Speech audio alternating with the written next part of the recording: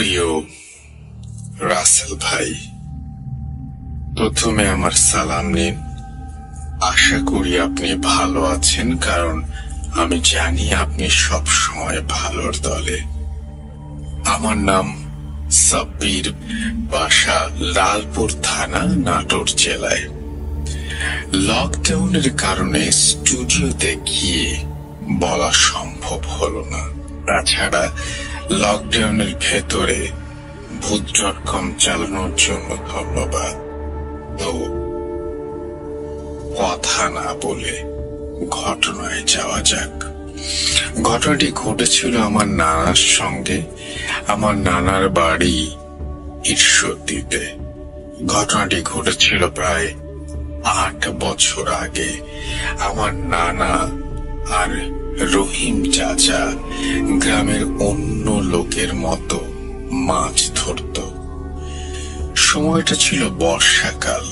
একদিন আমার নানা আর রহিম চাচা অন্যান্য রাতের মতো মাছ ধরতে যাওয়ার পরিকল্পনা করেন।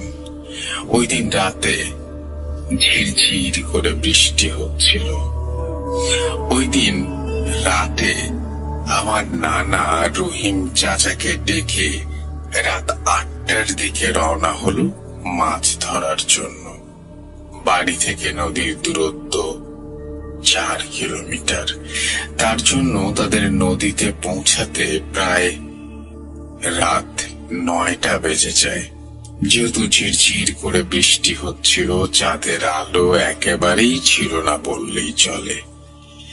এই অল্প আলোতে আমার নানা মাছ ধরতে লাগলো আর রহিম চাচা দাঁড় বাইতে লাগলো। মাছ ধরতে ধরতে রাত 1টা বেজে গিয়েছিল। তখন আমার নানা নৌকা চালাচ্ছিলেন। তখন তারা দুজনেই একটা কান্নার আওয়াজ শুনতে পেল, কিন্তু এই কথা কেউ কাউকে বললেন না, যদি উভয়ই ভয় পায়। তাছাড়া দুজনেই মনের ভুল ভেবে উড়িয়ে দেন। যখন রাত 2:30, তখন আমার নানা দেখতে পান নৌকা অপর প্রান্তে একটা অবয়ব দাঁড়িয়ে রয়েছে। অর্থাৎ নৌকার অপর প্রান্তে একটা অবয়ব দাঁড়িয়ে রয়েছে। অবয়বটার চোখ জল জল করছিল।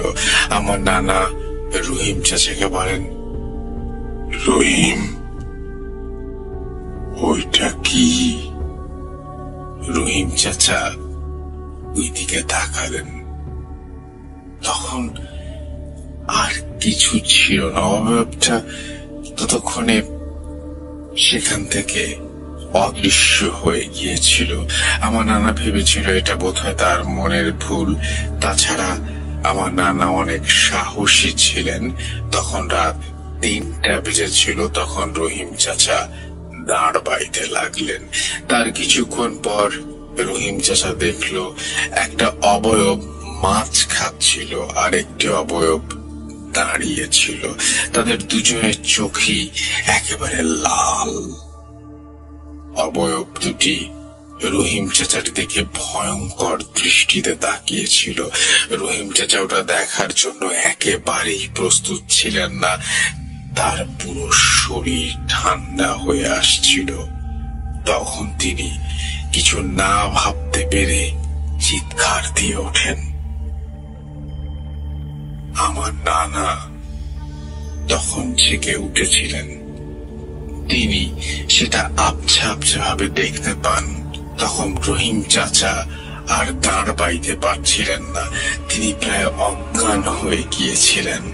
তার পরিস্থিতি দেখে আমার নানা দাঁড় বাইতে লাগলেন। তখন নৌকা আর স্বাভাবিক গতিতে চলছিল না। আমার নানার মনে হচ্ছিল যেন নৌকাটা ধীরে ধীরে ভারী হয়ে আসছে। যত জোরেই আমার নানা নৌকা চালাচ্ছিলেন, কিন্তু নৌকা মনে হচ্ছিল যেন যাচ্ছেই না। আমার নানা নিজেও জানেন না তিনি কতক্ষণ নৌকা চালিয়েছেন। কিছুক্ষণ পর ফজরের আজান ভেসে আসলো। নৌকা তখন স্বাভাবিক গতি ফিরে পেল। রহিম চাচাও তখন প্রায় স্বাভাবিক হয়ে ওঠেন। তারপর দুইজনই নিজ নিজ বাড়িতে চলে গেলেন। তারা কেউ কাউকে কিছু জানালেন না। তারা দুইজনই বাড়িতে গিয়ে ঘুমিয়ে পড়লেন। তখন আমার নানা স্বপ্নে দেখলেন যে অবয়বটা আমার নানাকে বলছে, তোরা রাতে ওখানে গিয়েছিলি কেন? তোরা ভুল করেছিস। এখন তোরা আমাদের এখানে আয়, আমরা তোদের এখান থেকে নিয়ে যাব। সাথে সাথে নানার ঘুম ভেঙে যায়। তার 20 মিনিট পর রহিম চাচা আমার নানার বাড়িতে আসলো এবং নানাকে বলল তিনিও একই স্বপ্ন দেখেছেন। তখন আমার নানা রহিম চাচাকে বলল, তুই গোসল করে আগুনে সেক দিয়ে তারপর ভাত খাবি। কিন্তু রহিম চাচা ভাত খেয়ে এখানে এসেছিল, কিন্তু রহিম চাচা সেটা গোপন করলো। আমার নানাকে কিছুই জানালো না। আমার নানা সব সময় নিয়ম কানুন মেনে তারপরে ওই দিন ভাত খেয়েছিলেন। ঘটনাটি এখানেই শেষ হতে পারত, কিন্তু না, আসল ঘটনা ঘটলো তার পরের দিন। রহিম চাচা অনেক ভয় পেয়েছিলেন, সে কারণেই বোধহয় তার জ্বর হয়েছিল। কোনো ডাক্তারই সক্ষম হলো না রহিম চাচার জ্বর ছাড়াতে। 8 দিন পর রহিম চাচা মারা গেলেন। ওই দিন রাতে আমার নানা আবার সেই অবয়ব দুটোকে স্বপ্ন দেখলেন। অবয়ব দুটি আমার নানাকে বললেন, তুই এবারের মতো বেঁচে গেলি, এবং সেখানে যাবার কথা সে মানা করে দেয়। বলে যে ওখানে গেলে আমার নানা নাকি মারা পড়বে। তখন থেকে আমার নানা রাতে মাছ ধরতে চান না, দিনের বেলায় যেতেন। আমার নানা আল্লাহর রহমতে সুস্থ আছেন। আমার নানার জন্য আপনারা দোয়া করবেন। এই ছিল আমার ঘটনা। যদি লেখায় কোনো ভুল হয়ে থাকে ক্ষমা সুন্দর দৃষ্টিতে দেখবেন। এটা আমার প্রথম ইমেল। আমার নানার সাথে সরাসরি ঘটে যাওয়া একটি ঘটনা। আমার ইমেলটি সিলেক্ট হলে কৃতজ্ঞ হব। সবাইকে সম্ভাষণ জানিয়ে আমি রহমান, টরন্টো, কানাডা থেকে আবারও আপনাদের মাঝে এলাম। আমার মাঝে মধ্যে ভাবতে ইচ্ছে করে, এই যে আমি এবং আমার মতো যারা আছে তারা এই যে সুপার ন্যাচারাল কিছু জিনিস আমরা দেখতে পাই, এভাবে কি অনেকেই দেখতে পায়? এই উত্তরটা কিন্তু আমার জানা নেই। আপনাদের কাছে আমার এই প্রশ্ন থাকলো। এই ঘটনাটি অত্যন্ত সাম্প্রতিক, কয়েক মাস আগে, ঠিক কোভিড-19 শুরু হবার মাসখানেক আগে, এটা টরন্টোর কাছাকাছি একটা জায়গায় এই ঘটনাটা ঠিক ঘটেছে আমার সাথে, আমার জীবনে। সো ওই সময় টরন্টোতে উইন্টার অ্যালার্ট ছিল। গভর্নমেন্ট রেডিও, টিভি সবখানে বলে দিয়েছে কেউ যাতে দুপুর 3টার পরে আর বাইরে না থাকে, সবাই যাতে ফিরে আসে। স্কুল, কলেজ, ইউনিভার্সিটি সব বন্ধ। আমাদের জায়গাটা করার ছিল, আমরা দুপুর 12টার মধ্যেই ওটা কেনাকাটা করে নিয়ে আমরা চলে এসেছিলাম। 3টা, 3:30টার দিকে বাসায় আমি একটু ভাবছিলাম যে একটু রান্না বান্না করব, সবাই মিলে মজা করব। কি আর করা, বাইরে তো আর যাওয়া হবে না, কোথাও মলে যেতে পারবো না, কোনো সিনেমা হলেও যাওয়া যাবে না, সবকিছুই বন্ধ। সো আমি ভাবছিলাম আমরা সবাই মিলে একটু রান্না টান্না করব, মজা হবে, টিভি দেখবো। তো দেখি কি দাঁড়ায়। এরকম স্নো স্টর্ম মাঝে মধ্যে হয়, বাট এটা অনেক সিভিয়ার হবে, গভর্নমেন্ট তাই বললো। দুপুর 3টা 3:30টার দিকে হঠাৎ আমার ওয়াইফ আমাকে উপর থেকে আমাকে ডাক দিল। সো আমি স্টেপস দিয়ে উপরে গেলাম, গিয়ে আমাকে বললো যে দেখো আভাস কিন্তু শুরু হয়ে গেছে। বাইরে তাকিয়ে দেখলাম গাছ নড়াচড়া শুরু হয়েছে, তারপরে হালকা তুষারপাত শুরু হয়ে গেছে। আমার গাড়িটা নিয়ে ভাবছিলাম, গাড়িটা তো ড্রাইভ থ্রুতে রাখা, কি করা যায়, যদি পুরো গাড়িটাই ঢেকে যায় তাহলে কি করব, ওটা নিয়ে আমি একটু টেনশনের মধ্যে ছিলাম। বিকেল 5টার দিকে হিট করার কথা ছিল এক্স্যাক্টলি। এখানকার যে ওয়েদার ফোরকাস্ট, এগুলা 99.98% এগুলা ঠিক থাকে। ঠিক 5টার দিকে কিন্তু হিট করে গেল, প্রচন্ড ঝড়, তুষার ঝড় যাকে বলে, ধবধবে সাদা, শব্দ চারিদিকে শোঁ শোঁ করে হচ্ছে, বরফ আস্তে আস্তে ঢেকে যাচ্ছে। আমরা যখন ডিনার করলাম, ডিনার করে টিভি দেখতে বসবো, আমি আবার গাড়িটার দিকে তাকিয়ে বাইরে জানলা দিয়ে গাড়িটার দিকে যখন আমি দেখলাম, দেখি আমার গাড়ির প্রায় সিলিং এর কাছাকাছি এসে গেছে বরফ, মাটি থেকে একেবারে। রাত বাজে তখন 10টা 10:30। আমার ওয়াইফকে বললাম যে কিছু একটা করা দরকার, আমি দেখি আমি কি করতে পারি। আমার ওয়াইফ বললো তোমার কি মাথা খারাপ, বাইরের টেম্পারেচার এখন -17 -18 ডিগ্রিজ, আর এই ঝড়, তুষার ঝড়, তুমি কি করবে? আমি দেখি আমি কি করা যায়। আমি 2-3 লেয়ার জ্যাকেট পরে মুখ বন্ধ করে শাবল নিয়ে শাবলিং শুরু করে দিলাম। এই রাতের বেলা 1 ঘন্টা পর্যন্ত শাবলিং করেছি। বাইরে কনকনে ঠান্ডা, স্কিন কোথাও ধরা যাবে না, কারণ চামড়া হাতের সাথে খুলে চলে আসবে। এই ঠান্ডার ভেতরে আমি 1 ঘন্টা কিন্তু ভেতরে দরদর করে ঘামছিলাম। অনেক টাফ জব এটা। আমি এক হাত করে গাড়ির চারিদিকটা আমি ক্লিন করে আমি চলে আসলাম, গোসল টোসল করে টিভির সামনে বসলাম। হঠাৎ করে আমার মাথায় বুদ্ধি আসলো, আমি বললাম এক কাজ করি, কালকে তো আর স্টর্ম থাকবে না, বরফে নিশ্চয়ই সবকিছু সাদা হয়ে গেছে, চলো আমরা বাইরে কোথাও থেকে আমরা বেরিয়ে আসবো, অনেক দূরে কোথাও। বাহ, সবাই পছন্দ করলো। তো আমি আমার ওয়াইফ আর ছেলেকে বললাম এক কাজ করি, দেখি কোনো সুন্দর জায়গায় হোটেলের কোনো একটা রিজার্ভেশন দেওয়া যাক।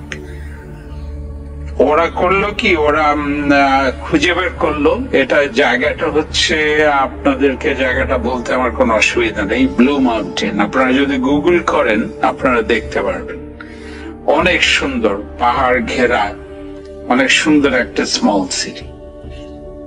এখানে একটা হোটেলের মধ্যে রিজার্ভেশন দিয়ে দিল। আমরা সব ব্যাগ গোছগাছ করে সকালবেলা বেরিয়ে যাবো, এটাই প্ল্যান। সকালে উঠলাম ঘুম থেকে, যা বলা তাই কাজ, ব্যাগ গাড়ির মধ্যে তুলে সেই বরফ ভেঙে আমরা আমাদের যাত্রা শুরু করলাম। চারিদিকে বামে ডানে তাকাতে তাকাতে যাচ্ছিলাম, ধবধবে সাদা। কিছু কিছু গাড়ি রাস্তার মধ্যে একটু গাত হয়ে আছে, অনেকে হয়তো এমার্জেন্সির জন্য বেরিয়েছিল, আর এত স্লিপারি থাকে যে ওটা আর কন্ট্রোল করতে পারেনি। গাড়ির এক পাশে, রাস্তার যে কোনো এক পাশে গিয়ে ওটা কাত হয়ে পড়ে আছে, এরকম অনেক গাড়ি দেখলাম। আমার ওয়াইফ আর ছেলে বললো যে আব্বু চলো কোথাও, ওয়াইফ বললো আমরা কোথাও হয়তো ব্রেকফাস্ট করতে পারি। আমার ছেলে বললো আব্বু হ্যাঁ চলো আমরা কোথাও বসে একটু ব্রেকফাস্ট করি। এখানে অল ডে ব্রেকফাস্ট বলে কিছু ফ্র্যাঞ্চাইজ আছে এখানে। আমরা খুঁজে পেলাম একটা, আমরা ওখানে ঢুকে গেলাম। ঢুকে আমরা ব্রেকফাস্ট করলাম, বেশ মজার ব্রেকফাস্ট। ওই ক্যাশিয়ার একটা সোনালি চুলওয়ালা একটা মেয়ে ছিল, সে বারবার আমার দিকে তাকাচ্ছিল, তবে এই দৃষ্টিটা কেমন একটা অদ্ভুত টাইপের, এই দৃষ্টিটা নর্মাল না। আমি আর পাত্তা দিলাম না, আমি আর তাকালাম না ওদিকে। আমি বললাম যে এইরকম অদ্ভুত করে কেন মেয়েটা তাকাচ্ছে। আমাদের খাওয়া দাওয়া শেষ করে আমরা বেরিয়ে গেলাম। আর সাধারণত এই যে দূরত্ব, এটা যদি সামার টাইমে থাকতে হয়তো 3-3.5-4 ঘন্টা 100-120 কিলোমিটার পার আওয়ার স্পিডে গাড়ি চালালে এটা পৌঁছে যাওয়ার কথা, কিন্তু যেহেতু বরফ চারিদিকে তো একটু সময় লাগছিল। সেই সময়ের জন্য আমরা বললাম যে আর কোথাও থামবো না, আমরা সরাসরি চলে যাব ওখানে। আমরা ব্লু মাউন্টেন সিটির কাছাকাছি আসার ঠিক ঢোকার আগে আমার ছেলে বলল আমরা গ্যাসটা ভরে রেখে দিই গাড়িতে, পুরো তেল ভরে রেখে দিই যাতে সকালবেলা আমাদের কোনো অসুবিধা না হয়। তাই করলাম। আমরা গ্যাস স্টেশন থেকে সমস্ত গাড়ি ভরে নিয়ে আমরা হোটেলের লবিতে গেলাম। গাড়িটা পার্কিং করে দেখি খুব একটা ভিড় নেই, যেহেতু অফ সিজন। সো লবির যে ম্যানেজার আছে, সে লবি ম্যানেজার নিজেই এসে আমাদেরকে খাতির করলো, বললো যে এখন অফ সিজন হওয়াতে তোমাদেরকে আমি খুব সুন্দর একটা রুম দিয়ে দিচ্ছি। এটা লিভিং রুমও আছে, ড্রয়িং একটা বড় থাকার একটা সোফা কাম বেডও তুমি লিভিং রুমে পাবা, আবার বেডরুমের ভেতরে হিউজ বেড আর ছোট কিচেন, সবকিছুই আছে। আমরা রুমে ঢুকে যখন দেখলাম মনটা ভরে গেল। এর মধ্যে আমরা যখন লিফটে করে আসছিলাম, আমরা আবার দূরে দেখছিলাম ওখানে একটা সুন্দর সুইমিং পুল আছে, কাঁচে ঘেরা, টেম্পারেচার কন্ট্রোল সুইমিং পুল। লিফটে উঠতে উঠতে আমার ছেলে আর ওয়াইফ বললো আজকে সাঁতার কাটতে হবে মজা করে। ম্যানেজার বলে দিয়েছে রাত 12টা পর্যন্ত খোলা থাকে এই সুইমিং পুলটা। আমরা রুমে ঢুকে একটু ফ্রেশ হয়ে নিলাম। ফ্রেশ হয়ে আমরা বললাম যে চলো আমরা বেরিয়ে যাই। বেরিয়ে গিয়ে আমরা এখানে কোথাও বসে একটু আর্লি ডিনার করে নিই। এখনো তো কনকনে ঠান্ডা, আর বরফে হাঁটতেও তো তেমন একটা কমফোর্টেবল হয়তো আমরা ফিল করব না। হোটেলের রুমের এর ভেতরেই লবি ম্যানেজারের কাছে আমার ছেলে জেনে নিয়েছে এখানে সবচেয়ে ফেমাস রেস্টুরেন্টটা কোনটা, যেটা অনেক খাবার অনেক মজা হয়। সে অনুযায়ী প্ল্যান, আমরা বেরিয়ে গেলাম হোটেলের ব্যাক ডোর দিয়ে। বেরিয়ে গিয়ে আমরা সুভেনির শপ টপ গুলো একটু ঘুরে টুরে দেখলাম। ঘুরে বলে যে চলো আমরা ঢুকে যাই রেস্টুরেন্টে, একটু বসে অনেকক্ষণ মজা করা যাবে। যে রেস্টুরেন্টে ঢুকলাম, মাই গড, মনটা ভরে গেল। কাঠের টেবিল চেয়ার দিয়ে কত সুন্দর করে সাজানো, সবাই হইচই করছে। অনেক ইয়াং কাপলও দেখলাম মজা করছে। টিভি স্ক্রিনের মধ্যে খেলাধুলা হচ্ছে, স্নো, তারপর স্কেটিং, কিছু কিছু স্ক্রিনে বক্সিং হচ্ছে। আমরা আবার বেছে বেছে আমরা আবার মেনুতে আমরা সুন্দর আমাদের পছন্দ মতো খাবারের অর্ডার দিয়ে দিলাম। সেই অর্ডার অনুযায়ী খাবারও আসলো। আমরা খেয়ে অনেক মজা করে আমরা ব্যাক করলাম হোটেলে। তখন বাজে প্রায় রাত 10টা, 10:30 বেজে গেছে। এর মধ্যে হোটেলে আসলাম। আস্তে আস্তেই আমার ওয়াইফ আর ছেলে বললো যে চলো তাড়াতাড়ি সুইমিং এ যাই। আমি বললাম যে আমি যাবো না, তোমরা যাও, এর মধ্যে আমি একটু গোসল টোসল করে নেই মজা করে, তারপর তোমরা আস্তে আস্তে আমরা টিভি দেখবো, গল্প করবো, তারপর এক সময় ঘুমিয়ে যাব। তো ওরা তাই করলো। ওরা কাপড় চোপড় নিয়ে, ওদের কাছে আরেকটা কি আছে, ইলেকট্রনিক কি, সো অসুবিধা হবে না, ওরা ওই কি দিয়ে খুলতে পারবে। আমি যদি ইভেন ঘুমিয়েও যাই কোনো অসুবিধা নেই। আমি ওয়াশরুমে ঢুকলাম, ঢুকে একেবারে মজা করে শ্যাম্পু করে গরম পানি দিয়ে পুরা ওয়াশরুমটা বাথরুমটা একেবারে ধোয়া ধোয়া করে ফেললাম স্টিমের জন্য।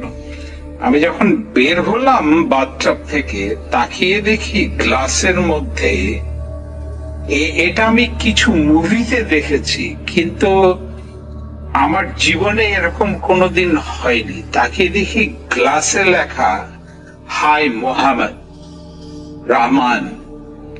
আমি তো অবাক যে এটা কে লিখলো। ভাবলাম ও আচ্ছা, আমার ওয়াইফ হয়তো দুষ্টুমি করে হাতে কোনো গ্লিসারিন কিংবা ময়েশ্চারাইজার দিয়ে হয়তো লিখে গেছে, আমি যাতে ভয় পাই। আমি আর পাত্তা দিলাম না।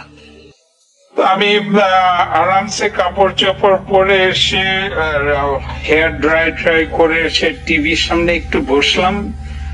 জানলার পর্দা সরিয়ে আবার দেখছিলাম আমার ছেলে আমার ওয়াইফ ওখানে সাঁতার কাটছে। একটু ঘুম ঘুম পাচ্ছিল, আমি বললাম বেডরুমে যাই, গিয়ে একটু শুয়ে থাকি, ওরা আসলে তখন আবার মজা করব।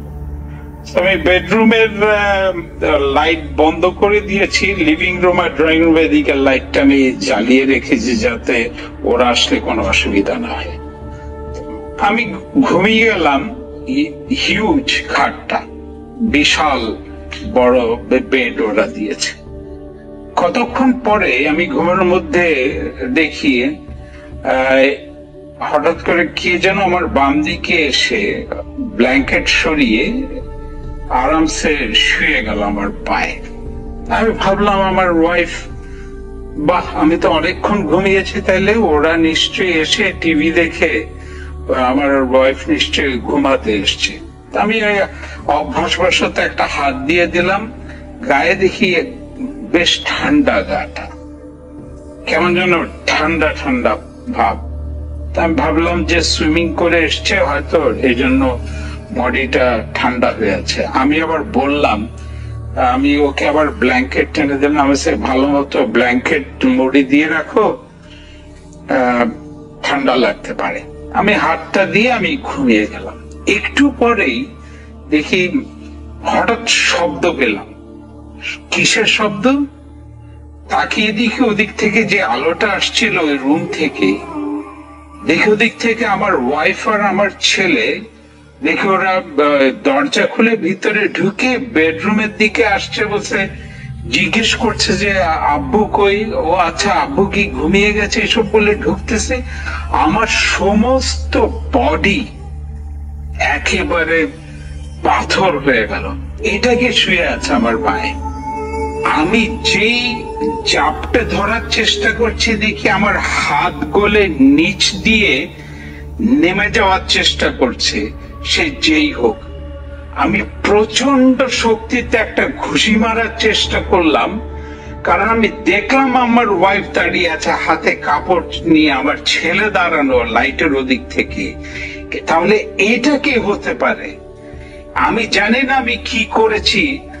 আমি বোধহয় মুখ থেকে আমার শব্দ বেরোচ্ছিল। আমার ওয়াইফ আর ছেলে বলে যে আব্বু, আব্বু হোয়াটস রং। আমার ওয়াইফ বলে যে কি হয়েছে তোমার?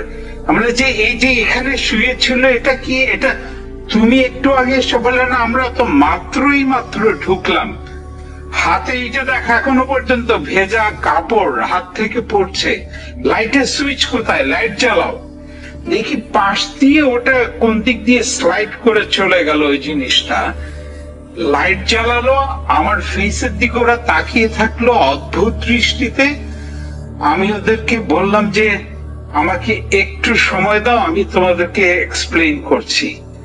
আমি ওয়াশরুমে গিয়ে হাত মুখ আবারও ধুলাম, গ্লাসের দিকে তাকিয়ে দেখলাম যে ওরকম লেখা কিছু আছে কিনা, দেখি না, নেই। আমি বেরিয়ে এসে লিভিং রুমে বসে ওদেরকে যখন ঘটনাটা বললাম, ওরা থ হয়ে আমার কাহিনী শুনলো। আমার ছেলে বলে যে এক কাজ করি, আমরা তাহলে এখান থেকে এই রুমটা চেঞ্জ করে ফেলি। আমি বললাম যে সমস্ত কিছু তো ছড়িয়ে ছিটিয়ে আছে, আমরা লাইট জ্বালিয়ে ঘুমিয়ে যাব, পরের দিন সকালবেলা কাল সকালে উঠে আমরা আর্লি চলে যাব, ভুলে যাও কি হয়েছে না হয়েছে। আমার বডির ভেতরে আমার মাইন্ড সমস্ত কিছু কিরকম ওলট পালট মনে হচ্ছিল। পরদিন সকালবেলা আমরা উঠে রওনা দিয়ে দিলাম। আসার সময় যে আনন্দটা ছিল, সে যাওয়ার সময় শুধু একটা দুটো কথা বলতে বলতে যাচ্ছি আর ভাবছিলাম এটা কি হলো, কি হলো আমার জীবনে, আসলে এরকম অদ্ভুত সব ঘটনা কেন ঘটে, আমার নিজের জানা নেই উত্তর কি। সবার প্রতি শুভকামনা রইল। রাসেল ভাইকে অজস্র ধন্যবাদ এমন সুন্দর অনবদ্য এক সাহসী অনুষ্ঠান পরিচালনা করার জন্য। খুদা হাফেজ। Rahman from Toronto, Canada.